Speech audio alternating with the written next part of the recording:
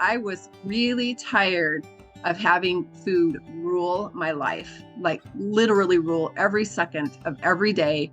And the biggest problem for me, as much as I hated that, which I did, was seeing that I was perpetuating a huge problem with my daughters. My mission is to change the culture. It is to create a movement that is going to change the way that we think and talk about food, nutrition, bodies, and to really dismantle diet culture, which is a culture that pushes women down, that is keeping you small, that is making you focus all of your precious time and energy trying to shrink your life and trying to shrink yourself in the process. There's such an emphasis on women trying to be as small as possible, because when your mind is consumed with thoughts about calories, diets, portions, eat this, not that, just food in general, consumed with negative thoughts about your body, consumed with negative thoughts about yourself, limiting beliefs, disempowering thoughts, then you can't focus on the things that you're truly meant to do on this earth, on your biggest passions, your mission, your destiny to be here. And I know that I have a very ambitious goal to change this culture by myself. And so the best way to do it is to create a ripple effect, because I've seen it time and time again when women leave Food Freedom Academy. They take what they've learned with them and they share it with other people. And when you work on making yourself the best version of you, and you develop the tools, the skills, and you gain the strategies that I give you inside the program, then you can actually pass that down to the people around you, your family, your friends, your kids, your husband, your partner. And one of the things that brings the biggest smile to my face, and sometimes even tears, is when I see that this has an effect, a ripple effect on the generations to come. Because I don't work with kids inside the program. I work with a lot of moms, and the best way to create change is inside the home. And I often see people joining the program because, yes, for themselves, they want to create something better for themselves, but they don't want to pass their struggles and their trauma around food and their bodies to the things they love the most, their kids. In this episode, you're going to hear one of FFA's alumni, Hilary, and she talks very candidly about her journey, her very healthy upbringing. And that's something that's really important to keep in mind, is that you don't have to grow up with moms who are constantly dieting or struggles with your weight to develop an eating disorder or disordered eating. And that was her. She had a very healthy upbringing, and so did I. And then she eventually got caught in diet culture, and that turned into bulimia and then years of disordered eating. And a couple of months ago, when she joined one of my free trainings, it opened her eye up to how crucial and possible it was to actually change that and to leave that chapter behind for good. And she has 4 daughters, and a big piece of her going on this journey to heal her relationship with food was to break this cycle for them. And so I brought her on because she has a lot of wisdom to share. And she has just gone through it, and she has felt the whole range of emotion. And you're going to hear her talk about some of the most helpful mindset shifts that she had during her journey towards a healthier relationship with food, what it took for her to let go of dieting. And she was actually in the middle of a diet when she joined the program. So she's going to walk you through what that looked like and why she made the decisions that she made. She shares some really important nuggets of wisdom. I've had a lot of past clients come on the podcast to share their wisdom. This is truly one of my favorite episodes, and I really recommend that you listen to it if you are someone who wants to be where she is now. to be able to not think about food 24/7, to listen to your body, to eat intuitively, to stop eating when you're full, to not freak out when you have fudge in your house, which she talks about, then this episode is going to be really valuable for you. Now, just to give you a little bit of context, you're going to see that it kind of jumps in mid-conversation because Hilary was telling me how prior to this, she really did not feel open to talking about her struggles with food because, as you probably feel, there's so much shame that's wrapped up into it.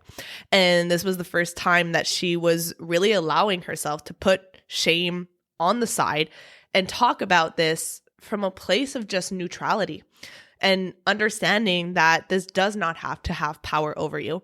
And then I share a little bit about my story and how I was super resistant to sharing my past struggling with an eating disorder. So just wanted to give you some context because we're going to jump right into that conversation. Yeah, and I get that because when I first started my business, one of my biggest fears was actually talking about the fact that I used to have an eating disorder because no one in my family, no one who I was friends with at the time knew because I kept it so hidden and I had so much shame around it. And so especially starting my podcast, like the very first episode, I go deep into my story and I was super nervous. Like that was probably the biggest reason why I didn't start my podcast earlier was because I knew I was going to have to really talk about it. And now that I do openly talk about it, and anytime someone asks me, like a new person asks me like about my business and how I got into it, I'm able to just say straight up, I used to have an eating disorder and that's how I got into it. And I find that when you talk about it, you give it less power and it doesn't feel shameful anymore. And it also helps you remember where you were. And it's actually like keeps you away from getting back into that. Well, I think that's a big problem that we have in our culture in general is hiding things like that. Like, and so it propagates the problem as opposed to having people realizing that there's support and that that's the norm. That's what our culture has created. So let's rally together and help each other, you know? Yeah, absolutely. Well, I'll get started now. And again, thank you so much for being here and being open to talk about your story with our listeners. So can you start by telling us a little bit more about where you were before you came in contact with me, before you joined Food Freedom Academy, what your past was like and your relationship with food? Sure. I think one thing I realized as we went through your program is that I had a really healthy upbringing. My mom fed a lot of homemade foods and there wasn't, the treats every now and then, but I wasn't made to eat everything on my plate or anything like that. So I was an athlete growing up. And so really, I grew up with a really strong upbringing. But then what happened is I went off to college and lived on my own and had to make my own food. And then I went on a 18-month mission for my church where the people were so kind and fed us a lot of food, which was really helpful and not helpful all at the same time because I just gained tons and tons of weight. So I came home from that and I decided to lose weight the only way I knew how, which was fewer calories in than out. And so I went on a very strict 1,200 calorie diet and exercising every day. And I was able to lose the weight and it was great, except that there was just this one day where I really wanted a McDonald's ice cream cone so bad, like so bad. It looked so good, but it would put me over the calories and not wasn't something I wanted to eat health wise, but I ate it anyway. And then I just felt icky with this ice cream in me.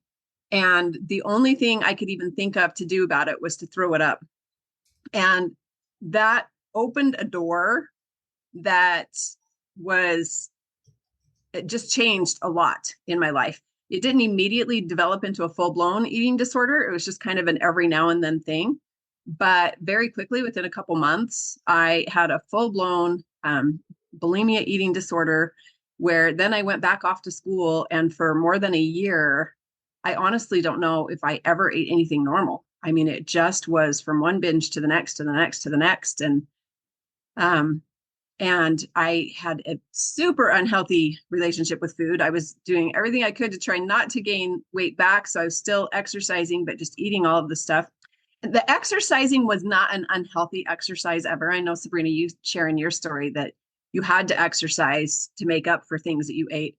For me, it was just I wanted to stay healthy, and I knew that it would burn some, but I don't think it was super unhealthy. Just the bigger unhealthy thing was how much I just would want to binge and eat all the time.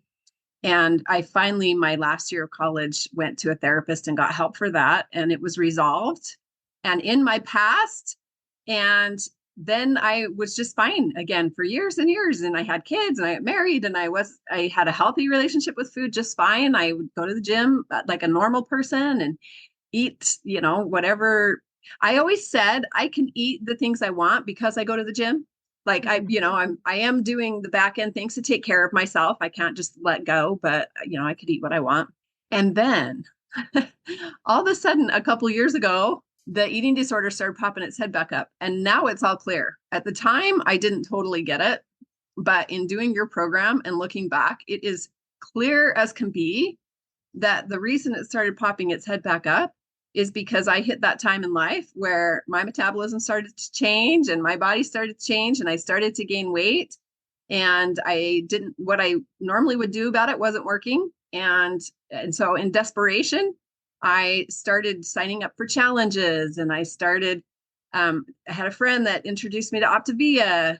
And so suddenly here I was doing things that were restricting once again my calories and having things good and bad foods, and you can't have this and you can't have this. It all makes sense now that of course that created that situation again. But I've been in and out of trying different dieting things to try and keep my weight where I want it to be for like probably about 4 years, maybe 5 years now. And in that time, thankfully, it's never gone into a full-blown constant several times a day eating disorder like it was before. But it's there and it comes and it goes. And I finally had enough. Just before I met you, I had looked for what was going to be the last thing. I'm looking for something to completely restart, just get me on the right page with relationship with food. I'm done with this. Let's figure this out. And so I signed up for a program that really did a lot of good for me health wise. I saw a lot of changes and it really did, clean out my body and it did a lot of good. But another thing it did is pop up the bulimia again because it was a restrictive diet. No matter what it was billed as, that's what it was doing. And so when that started happening, I knew there was something deeper and I started Googling, what do you do when you have when you want to binge all the time and there's an unhealthy relationship with food? Like, how can I solve this? I couldn't see this ever ending. And somehow all of my Google searching triggered you. And so your program came across and I got on your free thing that you offered. I think can't remember, it was 5 days and for the record, I don't know that I've ever had so much value in a free thing. I just absolutely loved what you talked about and related with what you were sharing and felt like, oh, this is the missing piece. This is something I never even thought about. It made sense. So I signed up for your program and here we are today with a much healthier relationship with food and where I feel like the binging is a complete thing of the past. It just it's not something I even identify with anymore. I don't foresee myself ever needing to go back to that or wanting to go back to that. Wow. Well, wow. I took so many notes as you were talking about your story, which is unfortunately not an uncommon one, but we have very similar stories in this sense. And I like bringing different kind of stories onto the podcast because there are those people who grew up in an environment where their moms were dieting or, it was always about restriction or they struggled with their weight earlier on. I was not like that. And neither were you. You grew up as an intuitive eater. You had a healthy relationship with food. And then that history as an athlete and then going to college and having that weight gain. That's exactly what happened to me as well. And when you started doing that first diet, which was the 1200 calories, eat less and just move more, it usually starts off great, right? Like you feel empowered, you feel in control. You're like, wow, if I just eat less, then I notice that my body changes and you really feel like you have control over something. So you said that the turning point was when there was that ice cream and you said it wasn't something I wanted to eat, but then you ended up binging on it. So when you say it wasn't something that I wanted to eat, did you feel this was it like a compulsion to eat it? Like, what did that feel like for you? It felt like a forbidden something. Like I just absolutely 100% could not have that if I was going to stay in my program and under the 1200 calories. And I think also there probably was a part of me that was worried it opened a door. So far I'd been able to, my mom and I had gone on a trip and we knew we were going to be going by a place called Granny's that has the best shakes, like yummy, yummy, yummy shakes. And so I knew that day I'm going to have that. So I don't think it was as much the good and bad of the ice cream at that point, because I knew I could save my calories to have that if I wanted to. I think in that moment, it was that there weren't the calories. And all I could think about now was that many calories in me that I'm not going to be able to exercise, this much more to take care of it. So really it was just that it was going to put me over. So therefore it was a forbidden thing. It was not okay to eat that, to stay with what I was currently doing. And that was going to mess up everything I'd been working for. Mm-hmm. And now that you know the things that we covered inside the academy and you look back on that and you look at the fact that you were super rigid and super structured and had all of these rules, and then there was a massive black and white kind of mentality there. What do you see as the reason why that moment you saw it as, what I love what you said, opening the floodgates? Yeah. Well, now having been through a program, I completely understand it. Completely. My sister called me recently worried because I don't know if worried is the word, but just feeling guilt because she had eaten 3 cookies and she's in the midst of trying to eat healthy too. And I knew clearly, with that black and white. It used to be that it seemed like lack of willpower, right?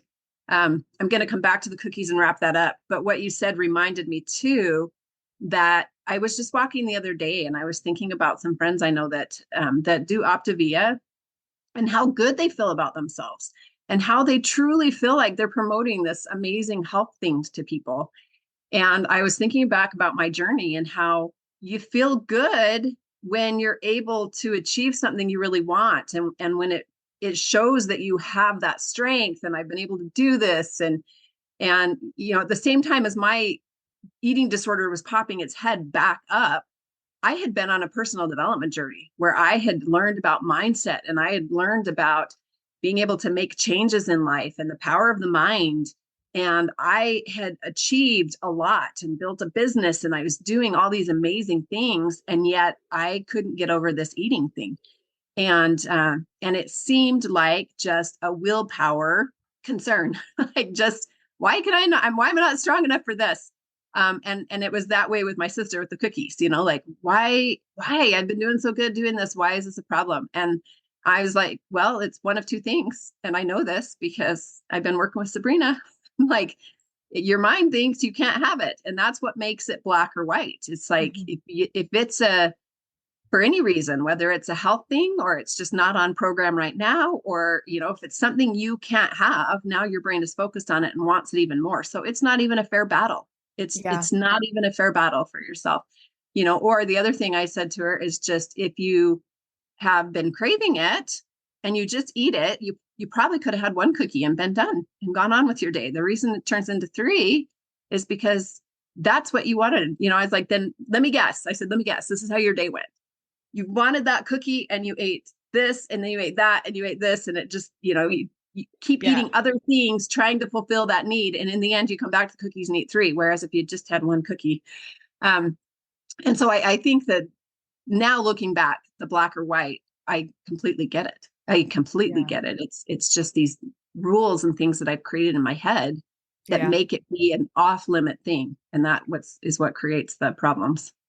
You mentioned something that is so important, and it actually has been on my mind lately as well, because obviously I'm all about personal development. I mean, I listen to podcasts and I read the books, and I'm super into that. And I know that a lot of people in my audience are as well. And one big message about personal development and mindset is that whatever you set your mind to, you can achieve. And so if anyone has this ultimate vision of losing weight, like that is their life project, like they have dedicated all of their time and energy on that, then whenever you're listening to a podcast or you're reading a book, you always filter it through your own perspective. And so if you're listening to this and you hear, if you just have enough will, enough discipline, then you can achieve whatever you want, then someone is going to warp that and think, okay, well, if I just have enough will and enough discipline, then I can achieve the body that I want. Like it makes sense. And so one thing that I really want to emphasize is that, yes, personal development is amazing. Yes, your mind is so strong, and whatever you set your mind to, you can achieve. And your biology and your psychology are more important when it comes to this. You cannot outsmart your body. So no matter, for example, no matter how much willpower I have, I will never be able to shrink my feet. And I could think about it every day and I could try to manifest it and I could try to take action. I will never be able to shrink my feet. And when it comes to changing your body composition, we talk about set point theory inside the academy. If your body is not meant to be 130 pounds or whatever that goal weight is for you, unfortunately, it doesn't matter how much will, how much discipline, how much you try to manifest it. You cannot outsmart your biology. And I think that that's one thing that is so important, because your body is meant for survival and it will always strive to achieve that. So that's just like a little aside that I always want to emphasize, because when you're into personal development, it can be really easy to think that your mind is almighty, and it is, but your survival is more important. So I want to say something on that real quick, Sabrina. Yeah. Sorry. I love what you said, 100%. And I think that is part of what makes it so hard, is that the culture we're in makes it seem like that's what I think weight becomes the only thing we know to focus on, when really the problem is that relationship with food. And one of the things that, if you are in that world, if you're in that personal development world and that striving for better and for more and mindset mastery, then you'll get this. And it's one thing that really resonated with me that you said, is that really our focus is on food constantly, constantly. And so I don't have as much brain space as I want to be able to focus on my bigger purpose. And you teach about this all the time. And it really resonated with me is, wait, I want to be living my best life, but I wake up in the morning stressed out about what I'm going to eat, and bigger than that. And I want to make sure we bring this around at some point to my daughters and what I'm teaching them and what I'm feeding them. And all day long, I'm worried about the next time somebody's going to ask for food, or the next time I get hungry. And like, no matter, while I'm doing my business and trying to do all my other things, that's on my mind constantly. And so I love that aspect of it, is, once you realize and make friends with your body, to where it had never occurred to me that there was an option of just making peace and not worrying about food anymore, and letting my body take the lead, that my body is smart. My body knows what it's doing. That was not even an option that the world had presented to me. I didn't know that was possible. And now it is absolutely amazing to not be worried about the next meal, not be worried that if a cookie shows up, I'm going to want it plus go buy more. My mind is freed up to focus on the things I feel called to do. Yeah. And that kind of takes me to where you were right before you made the decision to join Food Freedom Academy. Like, what was your turning point for you to decide this is so important? Like, what was your relationship with food like, and how was it affecting all these different areas of your life, your business, your family, your own mental health? Like, what did your habits and your mindset look like in relation to food? I think that it had become obvious to me that it was my everything. Like it was this one Goliath that if I couldn't figure out how to get past this, I did not see a way forward for any amount of growth or survival. A big part for me, huge part, was my daughters. I have 4 daughters. 3 are still at home right now, and the oldest of the ones living at home has all sorts of health problems, and I'm trying to help her navigate. And I realized that in the midst of all the things I was dealing with, I was teaching my kids super unhealthy relationships with food. And the thought of them going through any of what I've gone through and knowing it was because I didn't even help them have a foundation, that was really, really hard, really hard. And so the key piece of what I learned in your program that you did, your challenge, that opened my eyes was when you were talking about the food police and you had us write down all of the beliefs and things that we believe. I pulled out my paper, and I'm also a researcher, and in the midst of this whole story, I also have read a lot and studied a lot on nutrition with a true desire to be healthy, like Mm-hmm. but also with an underlying belief that if I figured out how to eat healthy, food would not be a problem. That was always an underlying Yeah. desire there. So I wrote down all of my food police beliefs, which were in my mind, and still I believe, absolute truths on things that are better for us or healthy for our bodies or will help us achieve more, and things that, really over time could cause problems. And then you said to challenge the food beliefs and to ask, has that served you? Like where has that belief led you? And that was the first time that I saw big picture how all of the pieces of my puzzle were connected. They were all connected through that absolute dedication to that food police. Because once I learned that, hey, eating a ton of plants can do X, Y, and Z for you, and having so much sugar might make these things harder for you, I wanted to eat that way. My brain wanted to eat that way. I was trying to find recipes for myself for that way. I was trying to find recipes for my kids. And of course, they're older now. They're 9 and 12 and 18, 19, 20, however old my oldest is here. They're not going to just swap overnight. Like suddenly, oh, mom, thank you so much for making this delicious lentil and whatever.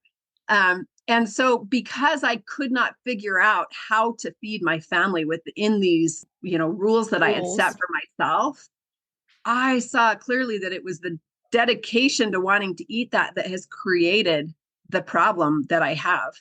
And so I was able to create enough space in my mind that even though I believed these things wholeheartedly, and you always, it was really important in my journey where you kept telling me, hey, you can come back to that. Like, that's not wasted knowledge. That's fine.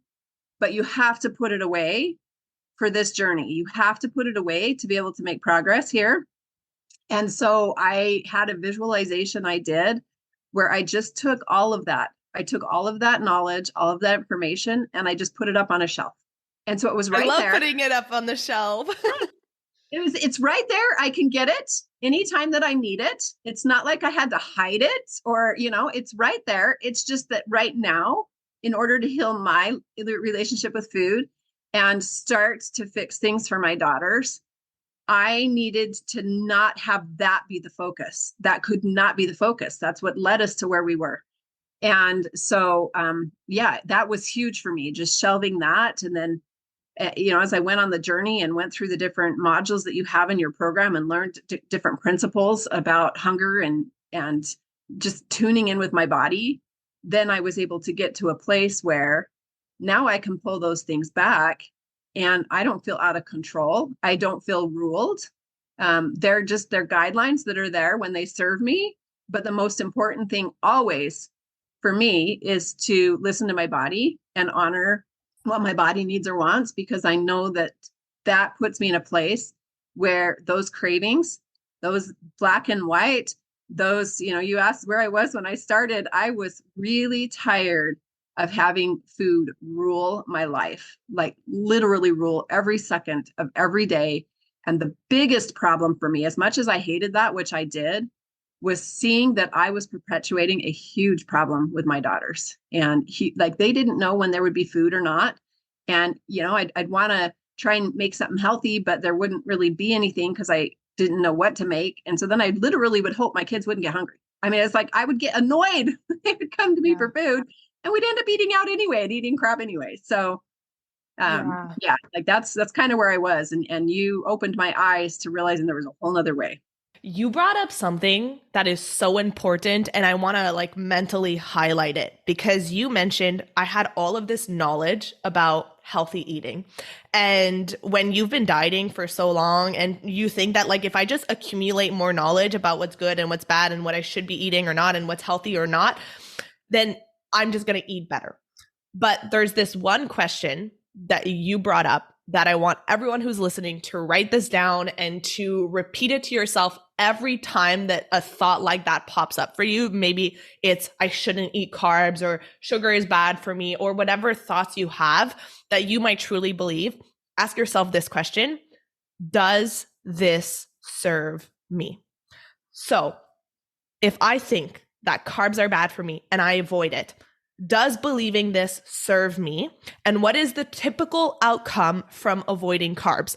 Normally, you'll notice I have more cravings for carbs. I end up binging on carbs. And so you might wholeheartedly believe that you shouldn't be eating carbs. And that's a whole other story that we can talk about. But if you ask yourself, does this thought serve me?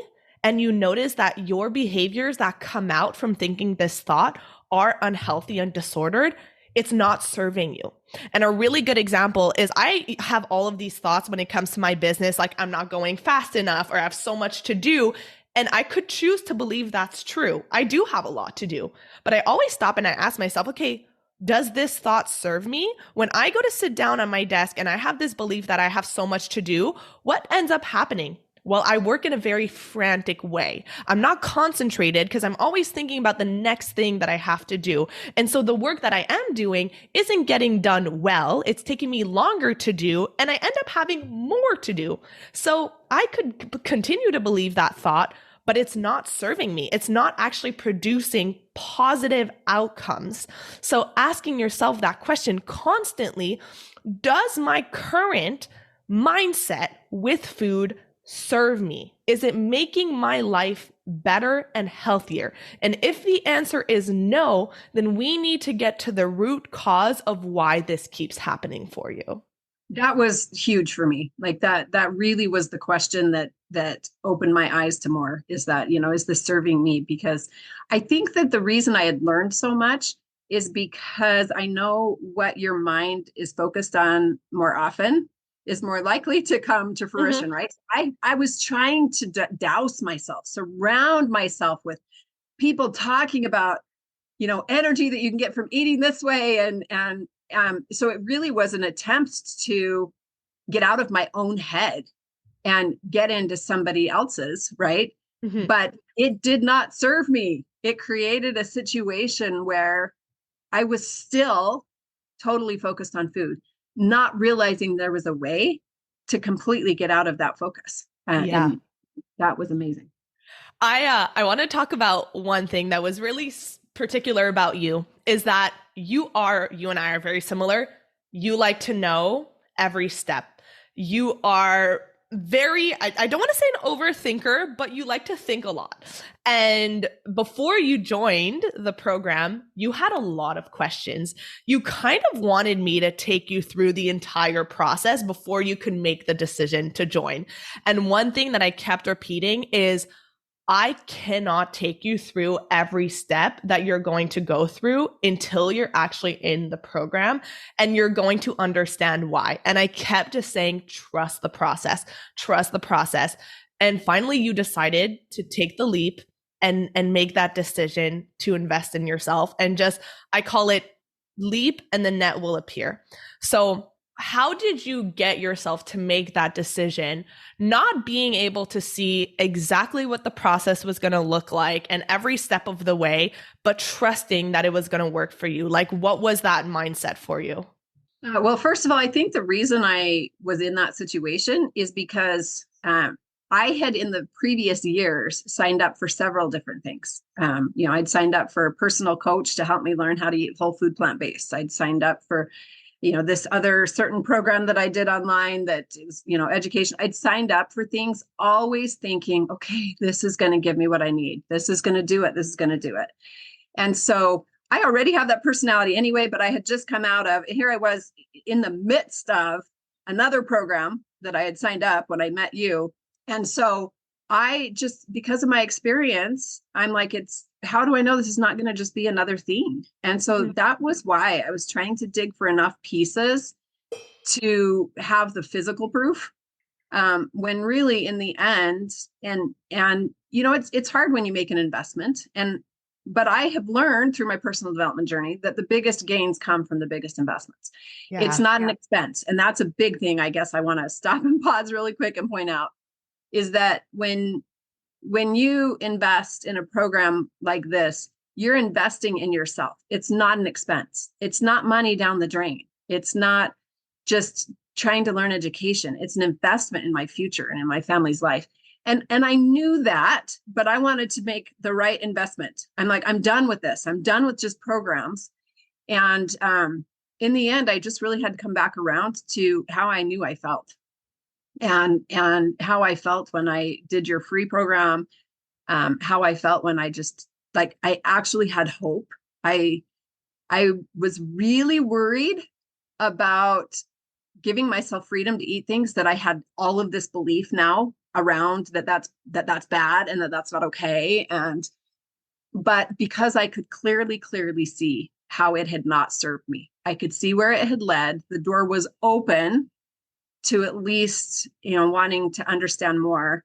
And I think all of this kind of came full circle for me when my sister, the same sister with the cookies, I put her onto your podcast. I had her listening to your podcast, and she called me a week ago, maybe not even a week, but and said that she'd been binging your podcast while driving home. And she was just talking about this feeling that she had and just this hope. And we started really talking about that. And I was like, that's the same thing I had. I'm like, there's something about Sabrina, about you. This is the part where you get to sit and be uncomfortable, because I'm going to really, because these are principles you didn't make them up. Like, you learned them, right? I don't remember the name of the people that wrote the book. Mm-hmm. But they're just things that you learned to apply in your life. And now you have this passion for teaching others, but you have a gift for it, an absolute gift. You're the way you explain things, the belief that you have in them, the belief that you have in everybody, that their journeys are all different, but that they can all get to the same place. It comes through, it comes across.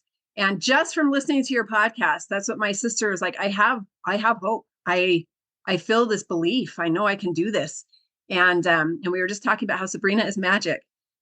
And so really what I've learned is that the whole intuitive eating concept and your program and how you go through and teach it is not like anything else I've ever signed up for, because everything else was an attempt to figure out how to think about food, how to get my mind right so that I could have the willpower I needed to push through and achieve what I thought would bring me happiness. When really all along there's this option of freeing your mind from food. Why fix everything and just free your mind? Just and by freeing your mind, just freeing your life to achieve, bigger and better things. And it's been amazing. I've had such wonderful results. I've had amazing conversations with my kids where now I include them on this journey and I teach them. And instead of freaking out when my kids want to eat, full meals at certain times, I pause and I talk to them about, okay, tell me how you're feeling. Do you feel like you're really hungry, or do you think maybe that thing just sounds good right now, so you want to taste it, and I have conversations with them that empower them. And I feel so much better about where I am right now. Yeah.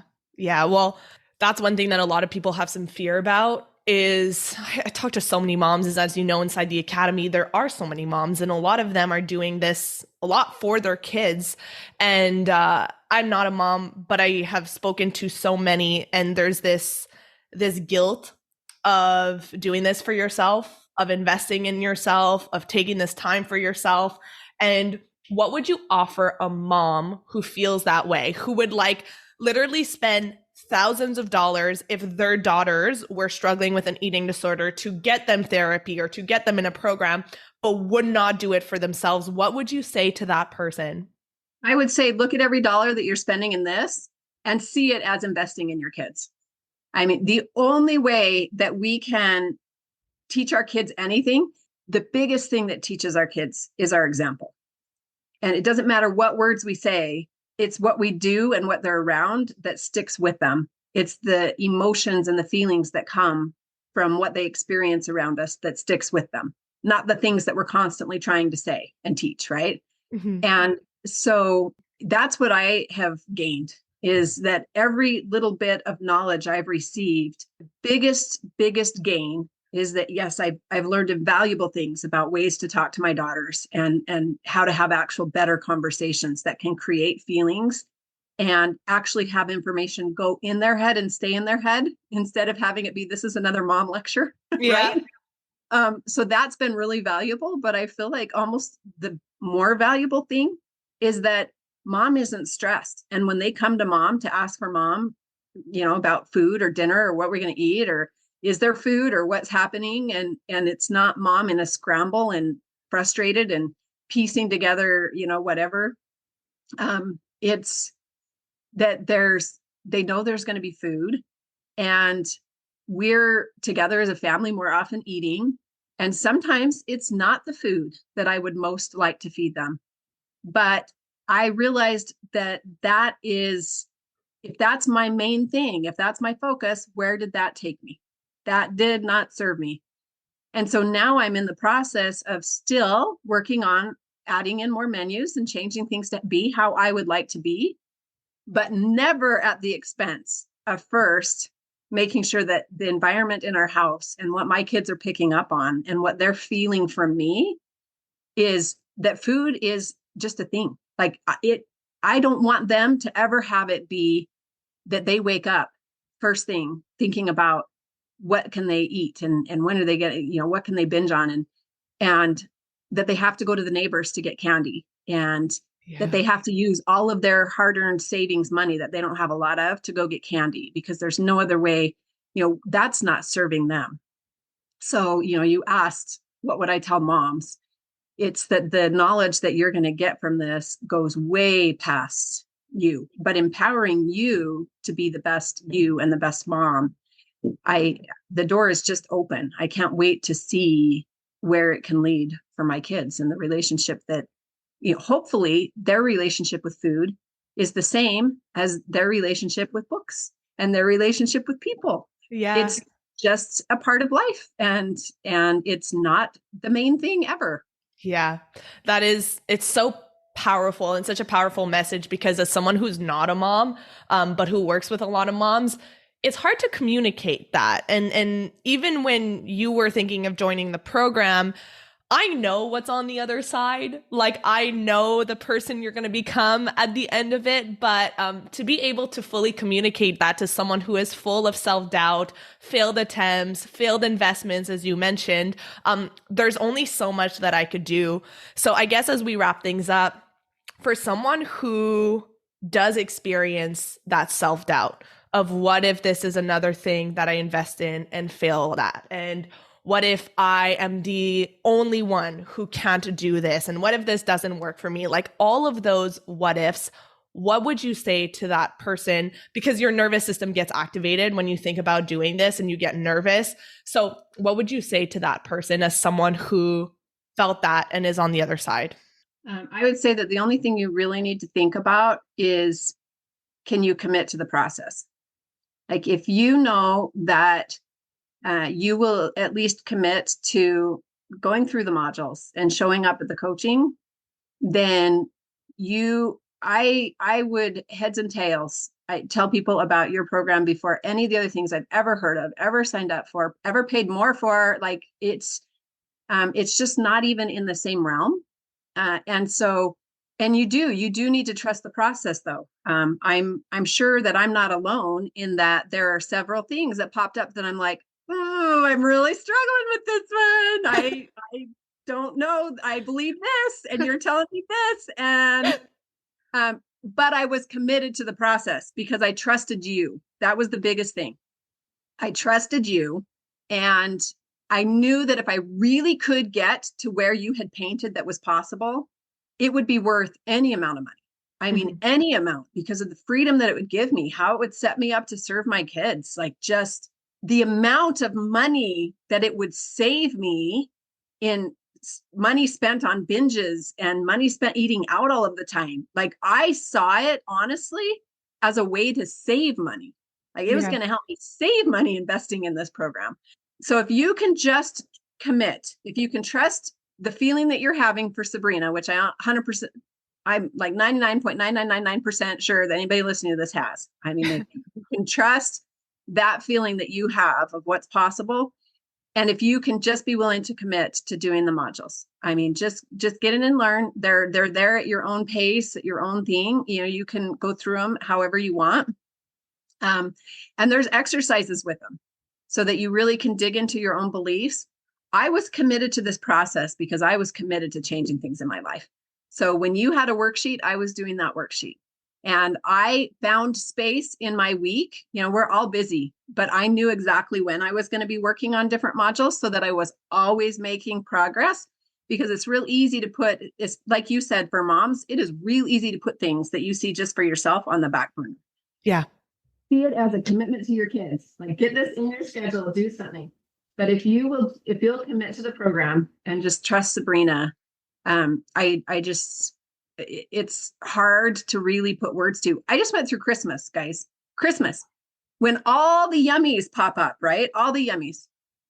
And I ate more yummies this Christmas than I've had most Christmases. I gained way less weight, I'm sure. I wasn't thinking about food. I never felt guilty about anything ever. I also ate tons more fruits and vegetables and way more, you know, I mean, it just all balanced out. My mom knows I love fudge. It's my favorite thing. And I had no fudge this Christmas. Nobody ever brought me any. And so she is so sweet, showed up at my house with some fudge, like super, super sweet. I didn't panic. I wasn't worried at all. I had a little bit of it and it's in my pantry, and I'll probably have a little bit of it today. And it's not, you know, before that would freak me out. I would think if I have a little bit of sugar, now I'm going to have a lot. And you really can't have any. And no, I mean, really, you can't put words into the freedom that comes from just not worrying, just trusting your body. I mean, yes, I do have to plan and prepare and make sure there are the healthy foods, that healthy meaning the ones that will nourish my body and make me feel better, that I want to have in my body, right? I make sure those things are around. And I do have to plan. So it's not like I don't think about food ever. Yes, I have to plan, but then I just can go through my days and I don't have to worry. It's so worth it. And I do remember that feeling of a lot of money and no guarantees. And really the only guarantee is you, I guess, is what I'm saying, is that if you know you're someone who will go through the exercises and trust the process and trust Sabrina, then you'll come out on the other side and your life will be completely different. Oh, that's Hilary, you were such a pleasure to have on the show today. And thank you so much for just sharing your wisdom and where you are at now. I'm sure that it's going to inspire a lot of people. So thank you to everyone for listening. Thank you, Hilary, for being here. And we will see you on the next episode of the podcast. Thank you so much for listening to today's episode. If you found it valuable, I would love if you would share it with someone you know that could benefit. If you're loving the show, don't forget to subscribe over on Apple Podcasts so you don't miss a single episode. I really love hearing feedback from you, so please leave a rating and review over on Apple to help us get in the ears of more people who need it the most. Finally, come hang out with me on Instagram at Sabrina Magna Health for more educational content and get up close and personal with me. Thank you so much for being here, and I'll see you on the next episode.